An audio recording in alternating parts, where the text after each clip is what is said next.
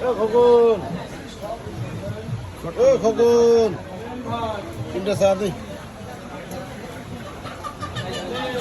তিনটে চা দে তিনটে তিনটে তোমার বাদেই থাকছে ওর কোনো হিসেব আছে না। সময় তো দর্শক গরুর মাংস অনেক সুন্দর করে প্রসেস করা হচ্ছে দেখতে পাচ্ছেন। আর সবাই কিন্তু এই গুটি দেখেছি অধিকাংশ কষাই চেনে না, ওইগুলো গোশের সাথে কেটে দিয়ে দেয়।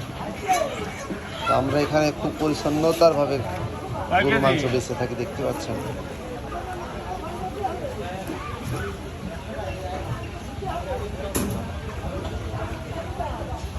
গরুর গোশ বড় একটি রান কাটা হচ্ছে, বেশ মাংস।